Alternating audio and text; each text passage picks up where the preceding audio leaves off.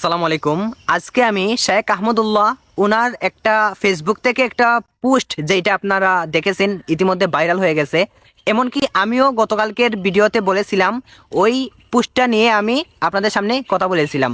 তো পোস্টটাতে কি লেখা ছিল? পোস্টটাতে লেখা ছিল, আজকে আমি এই ভিডিওতে আপনাদেরকে সব ক্লিয়ার করব। আশা করি ভিডিওটা না দেখে আপনারা কেউ কমেন্ট করবেন না। শেখ আহমদুল্লাহ ওনার ভেরিফাই পেজে এই লেখাটা ছিল। আগে আপনাদেরকে আমি পড়ে শোনাই, তারপর আমি এই পোস্টটা নিয়ে আপনাদের সাথে কথা বলতেছি। যদি আপনাদের একটু হলেও ধৈর্য থাকে তাহলে ভিডিওটা দেখে কমেন্ট করবেন, এর আগে কমেন্ট করবেন না। যদি আমাকে গালিও দিতে হয়, ভিডিওটা দেখে আমাকে গালি দিয়েন, এর আগে দয়া করে ভিডিওটা দেখবেন। পোস্টে লেখা ছিল, আসলে নবীজির প্রসঙ্গের নিয়ে আমি কথাটা হয়তো গুছিয়ে বলতে পারেনি, সেজন্য অনেকে আমাকে নিয়ে অনেক মন্তব্য করতেছেন। নবীজি দুনিয়াতে আসার আগেও নবী ছিলেন, আল্লাহ পাক মনোনীত করে রেখেছেন, তা হাদিস দ্বারা প্রমাণিত, কিন্তু নবুয়াত প্রাপ্ত হয়েছেন 40 বছর পরে। বিষয়টা এমনভাবে আমি বলেছিলাম, হয়তো বলাতে মিস্টেক হয়ে গেছে, সেজন্য আল্লাহর কাছে এবং আল্লাহর হাবিবের কাছে আমি ক্ষমা প্রার্থী, এবং যেসব দিনী ভাইয়েরা আমার কথায় কষ্ট পেয়েছেন তাদের কাছে আমি ক্ষমা প্রার্থী, আমাকে ক্ষমা সুন্দর দৃষ্টিতে দেখবেন। এই ছিল পোস্টটা। তো আসেন পোস্টটার মূল বিষয় যেটা, আমিও এই পোস্টটাকে প্রথমে রিয়েল ভাবছিলাম, ভেবে আমি এই পোস্টটার বিষয়ে একটা ভিডিও আপলোড করেছিলাম।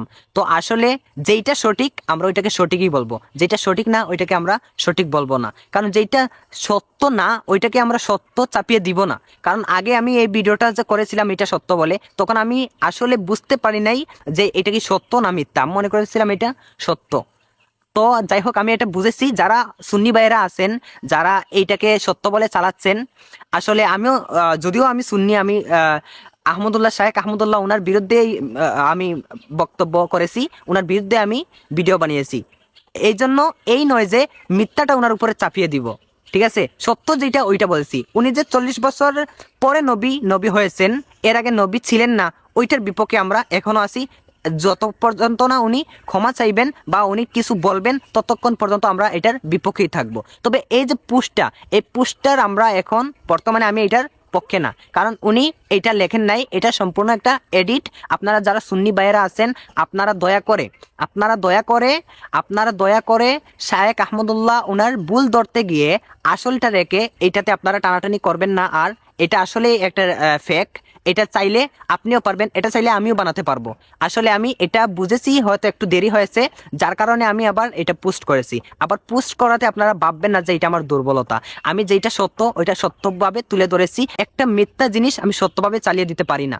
যেহেতু এটা আমি আগে হোক পরে হোক জেনেছি সত্য না এটা, সেহেতু আমি এটা প্রচার করে দিয়েছি। তো আপনারা যারা সুন্নি ভাইয়েরা আছেন এটা বিশ্বাস করবেন না, বা এইভাবে যদি আর কখনো হয়ও, যার সাথেই হয় আপনারা এটা বিশ্বাস করবেন না। আসলে এটা একটা ফেক পোস্ট। এখানে মাঝে কোনো দাড়ি নেই, কোনো ক্ষমা নেই, কোনো কিছু নেই, মানে আকার উকার সব একেবারে গুলমাল। এটা আসলে ওনার পেজ থেকে হয় নাই, এটা সম্পূর্ণ এডিট, আপনারা এটা বিশ্বাস করবেন না। আর যারা এইটা নিয়ে আমি কথা বলা আমার একটু ভুল হয়েছে, এটার জন্য আমি আসলে সরি। এই বলে আমি এই নয় যে উনার ওই যে 40 বছরের কাহিনী নিয়ে ওইটার পক্ষে, আমি ওইটার বিপক্ষে এখন আছি। যতক্ষণ না উনি লাইভে বলবেন বা কিছু না বলবেন, আমরা এটার বিপক্ষেই থাকবো। তবে এইটার আমি এখন বিপক্ষে, কারণ এটা সত্য না, এটা মিথ্যা। এটা আপনারা কেউ প্রচার করবেন না। আপনারা অনেকেই প্রমাণ করতে চাইতেছেন, যে যারা শায়েকের ভক্ত আছেন তারা অনেকেই এটা প্রচার করতে চাচ্ছেন, বুঝাতে চাচ্ছেন যে এটা মিথ্যা। আপনারা কমেন্টেও বুঝাতে চাচ্ছেন, পোস্ট দিয়েও বুঝাতে চাচ্ছেন। হয়তো আপনাদের পোস্টগুলো অনেকের কাছে পৌঁছে দিয়েছে না, যেহেতু আমার মাধ্যমে অনেকে জেনেছে যে এটা সত্যি, সেহেতু আপনাদেরকে আবার আমার মাধ্যমেই বুঝিয়ে দিলাম যে এটা আসলে সত্যি নয়, এটা মিথ্যা। তো সবাই এটা আর প্রচার করবেন না। সবাই ভালো থাকবেন, সুস্থ থাকবেন। আসসালামু আলাইকুম।